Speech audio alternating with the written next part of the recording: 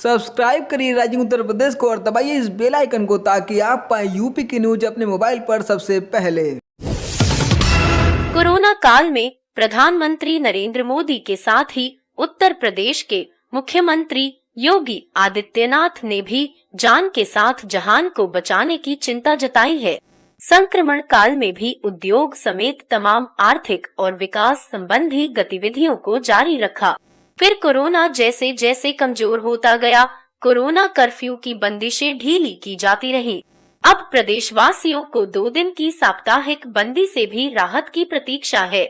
चूँकि मामले काफी घट गए हैं और स्थिति यूं ही नियंत्रण में रही तो विशेषज्ञों का इशारा मिलते ही सरकार मात्र 1 दिन की साप्ताहिक बंदी का फैसला कर सकती है। केंद्रीय मंत्री के बयान के बाद बिजली कर्मचारियों ने आज होने वाले कार्य बहिष्कार को टाल दिया है। प्रदेश के 2 करोड़ 70 लाख उपभोक्ताओं के लिए राहत की खबर है। इलेक्ट्रिसिटी अमेंडमेंट बिल के विरोध में इंजीनियरों और कर्मचारियों ने 10 अगस्त को पूरे प्रदेश में कार्य बहिष्कार का ऐलान किया था। All India power engineers association के चेयरमैन शैलेंद्र दुबे ने बताया कि केंद्रीय विद्युत मंत्री आर.के. सिंह ने बयान दिया है कि इलेक्ट्रिसिटी अमेंडमेंट बिल 2021 अभी कैबिनेट ने पारित नहीं किया है। ऐसे में यह बिल इस बार भी संसद में नहीं रखा जाएगा। हालांकि बिल के विरोध में विरोध प्रदर्शन किया जाएगा। केजीएमयू के प्लास्टिक सर्जरी विभाग में डॉक्टर की भर्ती का मामला तूल पकड़ता जा रहा है। राजभवन के हस्तक्षेप के बाद अब मामले का संज्ञान केजीएमयू प्रशासन ने लिया है। राज्यपाल ने शिकायत के आधार पर जांच के निर्देश दिए। अब केजीएमयू प्रशासन ने प्रति कुलपति की अध्यक्षता में 6 सदस्यीय टीम गठित करके मामले की जांच तत्काल शुरू करने के निर्देश जारी किए हैं। आरोप था कि यहां नियमों को ताक पर रखकर चहेतों को नौकरी बांटी गई, जिस पर व्यवस्था बनाने की जिम्मेदारी है। अगर वही व्यवस्था तोड़ने लगे तो आम जनता का क्या होगा। यमुना किनारे स्थित प्रसिद्ध पौराणिक मंदिर मनकामेश्वर में यही हुआ। प्रयागराज के मंडलायुक्त संजय गोयल ने सपरिवार दर्शन पूजन किया।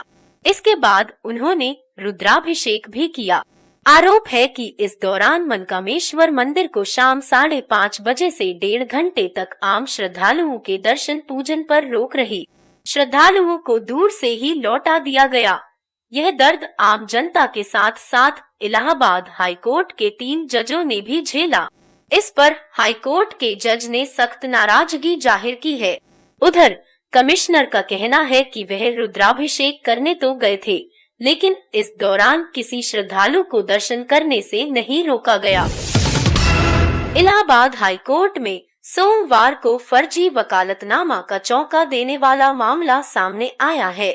हाईकोर्ट के वकील रामकेर सिंह ने अपने सहयोगी हौसला प्रसाद को नाबालिग दुष्कर्म पीड़िता का वकील बनाकर कोर्ट में फर्जी वकालतनामा दाखिल कराया ताकि आरोपी की जमानत मंजूर हो जाए। रामकेर सिंह खुद दुष्कर्म के आरोपी का केस लड़ रहे हैं। मामला खुलने के बाद जब कोर्ट ने नाराजगी जाहिर की तो हौसला प्रसाद ने तो कोर्ट से माफी मांग ली, पर एडवोकेट रामकेर सिंह को अपने किए पर कोई पछतावा नहीं दिखा। उल्टे कह दिया कि यह तो आम बात है, कोर्ट में यह चलता रहता है। इस पर कोर्ट ने bar council of Uttar Pradesh को दोनों वकीलों के खिलाफ कठोर से कठोर अनुशासनात्मक कार्रवाई करने को कहा है। देवरिया के बनकटा थाना के रामपुर मिल के पास टेम्पो और बाइक की आमने सामने की टक्कर में टेम्पो चालक की मौत घटनास्थल पर हो गई। बाइक सवार सहित लगभग आधा दर्जन लोग घायल हो गए, जिन्हें आनन फानन में इलाज के लिए अस्पताल में भर्ती कराया गया। बाइक सवार दोनों युवकों की गंभीर स्थिति को देखते हुए डॉक्टरों ने पीएमसीएच रेफर कर दिया। इस हादसा में शामिल सभी लोग सीवान के रहने वाले हैं। घटना की जानकारी मिलते ही मौके पर पहुंची पुलिस ने शव को कब्जे में लेकर मामले की छानबीन में जुट गई है। चुनावी साल में उत्तर प्रदेश की योगी आदित्यनाथ सरकार भूमिहीन बेघरों को मकान के लिए जमीन मुहैया कराने की कोशिश में शिद्दत से जुटी है। जिनके पास खेती के लिए अपनी जमीन नहीं, उन्हें इस प्रयोजन के लिए भूमि उपलब्ध कराने का भी इरादा है। सरकार इस साल प्रदेश के 10,370 बेघर परिवारों को मकान के लिए ग्राम सभा की जमीन पट्टे पर देने की तैयारी कर रही है। वहीं भूमिहीनों को खेती के लिए विभिन्न जिलों में कुल 543 हेक्टेयर भूमि पट्टे पर देने का इरादा है। प्रतापगढ़ में ऐसा कोई ही दिन जाता होगा जब किसी को रंगदारी या फिरौती के लिए धमकी नहीं दी जाती हो, लेकिन ताजा मामला तो और भी संगीन है। अब प्रतापगढ़ संसदीय क्षेत्र के भाजपा सांसद संगम लाल गुप्ता को धमकी मिली है। धमकी देने वाले शख्स ने फोन पर कहा है कि 5 करोड़ रुपए दे दो, नहीं तो बम से उड़ा देंगे। सांसद ने यह शिकायत दिल्ली के नॉर्थ एवेन्यू थाने में दर्ज करा दी है। अब पुलिस जांच कर रही है कि यह धमकी किसी अपराधी ने दी है या फिर किसी ने शरारतन यह कारगुजारी अंजाम दी है। भगवान राम की नगरी अयोध्या में रामलला का दर्शन करने आने श्रद्धालुओं को अयोध्या जिला प्रशासन एक और सुविधा देने जा रहा है। यहाँ पर आने वाले श्रद्धालु अब दूर से ही राम मंदिर का निर्माण कार्य भी देख सकेंगे। इसके लिए रामलला मंदिर परिसर में चारों ओर झरोखा तैयार किया जा रहा है। सुनियोजित साजिश के तहत मतांतरण कराने वाले गिरोह की जड़ें महाराष्ट्र में बेहद गहरी हैं। उत्तर प्रदेश की तरह महाराष्ट्र के कई जिलों में मतांतरण का खेल बड़े पैमाने पर चल रहा है। उत्तर प्रदेश आतंकवाद निरोधक दस्ता यूपी ATS ने साजिशन 1000 से अधिक हिंदुओं का मतांतरण कराने वाले उमर गौतम के एक और सक्रिय साथी डा फराज शाह को महाराष्ट्र के यवतमाल से गिरफ्तार किया है। ATS को उससे पूछताछ में मतांतरण के नेटवर्क से जुड़े कुछ अन्य लोगों के बारे में अहम जानकारियां मिली हैं। प्रदेश के नामकरण की तारीख 24 जनवरी को उत्तर प्रदेश दिवस के रूप में मनाने की शुरुआत करने वाली योगी सरकार जल्द ही यूपी का राज्य गीत भी बनाने जा रही है। 2019 में बने इस गीत के ड्राफ्ट की थीम पर ही उसे संशोधित करने के लिए बड़े कलाकारों से उनकी रचनाएं मांगी गई हैं। जल्द ही इसे अंतिम रूप देकर मुख्यमंत्री योगी आदित्यनाथ से लॉन्च कराने की तैयारी है।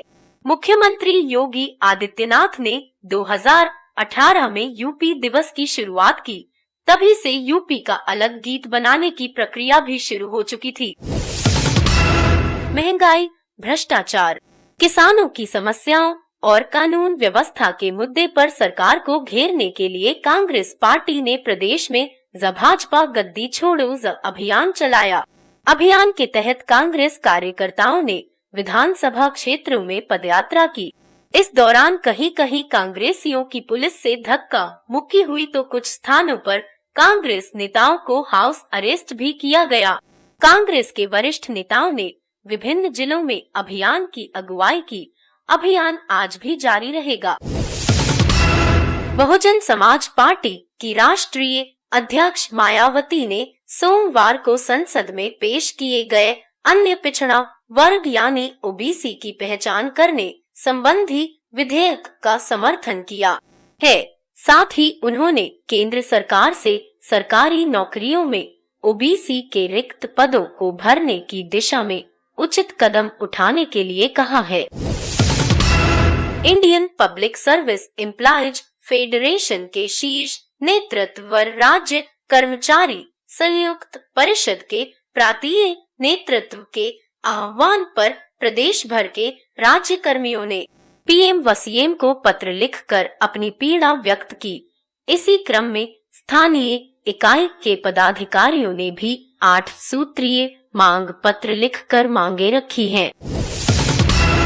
आगरा में आरपीएफ ने एक ऐसा गैंग पकड़ा है जो कि चलती गाड़ियों से चोरी लूट की घटनाओं को अंजाम देते थे।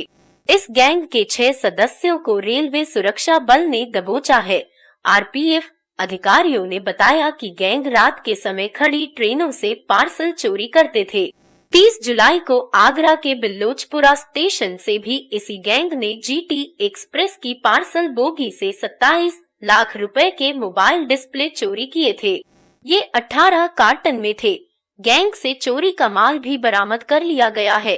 गैंग का एक साथी फरार हो गया है। उत्तर प्रदेश में विधानसभा चुनाव नजदीक आता देख ओबीसी आरक्षण मुद्दे पर सियासत और गरमाने के आसार हैं। विपक्षी दल इस मुद्दे पर सरकार पर जल्द पहल करने का दबाव भी बनाने लगी हैं। वहीं राज्य पिछड़ा वर्ग आयोग प्रदेश की 39 जातियों को अन्य पिछड़ा वर्ग में शामिल करने की तैयारी कर रहा है। इसके लिए आयोग उत्तर प्रदेश सरकार को संस्तुति भेजेगा। प्रदेश के 60 जिलों में पिछले 24 घंटों में कोरोना संक्रमण का एक भी केस सामने नहीं आया है, जबकि 15 जिलों में केवल इकाई संख्या में मरीजों की पुष्टि की गई है। अलीगढ़, अमेठी, चित्रकूट, एटा, फिरोजाबाद, गोंडा, हाथरस, पीलीभीत और प्रतापगढ़ में कोविड का एक भी मरीज शेष नहीं बचा है। यह जिले कोविड संक्रमण से मुक्त हैं। प्रदेश में रोजाना घटते मामलों के बीच ट्रेसिंग, टेस्ट और टीकाकरण पर जोर दिया जा रहा है, जिसके चलते प्रदेश में सक्रिय केसों की संख्या 570 है। डॉक्टर एपीजे अब्दुल कलाम प्राविधिक विश्वविद्यालय के कुलपति का पदभार प्रो विनीत कंसल ने ग्रहण किया। उन्होंने 2 प्राथमिकताएं बताईं। पहली, नई एजुकेशन पॉलिसी को क्रियान्वित करना और दूसरा, छात्र छात्राओं को आत्मनिर्भर बनाने की दिशा में काम करना। नई एजुकेशन पॉलिसी को पूरी तरह लागू करने, पॉलिसी के आधार पर कोर्स निर्माण और बदलाव के लिए सबसे पहले ही जल्द ही एक कमेटी का गठन किया जा रहा है। कमेटी की रिपोर्ट के आधार पर नई शिक्षा नीति को चरणबद्ध तरीके से लागू किया जाएगा। गरीबी रेखा से नीचे जीवनयापन करने वाले गरीब परिवारों के लिए उज्ज्वला योजना के दूसरे चरण का आज प्रधानमंत्री नरेंद्र मोदी वीरभूमि महोबा जिले से वर्चुअल शुभारंभ करेंगे। पीएम उज्ज्वला योजना के लाभार्थियों से संवाद स्थापित करेंगे। कार्यक्रम के शुभारंभ में मुख्यमंत्री योगी आदित्यनाथ, केंद्रीय पेट्रोलियम मंत्री हरदीप पुरी के साथ पुलिस लाइन ग्राउंड में हेलीकॉप्टर से उतरेंगे। संगम नगरी में गंगा यमुना खतरे के निशान से आधा मीटर से ऊपर बहने लगी। इससे रिहायशी इलाकों की ओर बाढ़ का पानी घुसने लगा। यही हाल रहा तो आज तटीय इलाकों में हालात और बिगड़ जाएंगे। रात 8 बजे गंगा खतरे के निशान से 62 सेमी और यमुना 54 सेमी ऊपर पहुंच गई। फिलहाल दोनों नदियां 2 सेमी प्रति घंटा की रफ्तार से बढ़ रही हैं।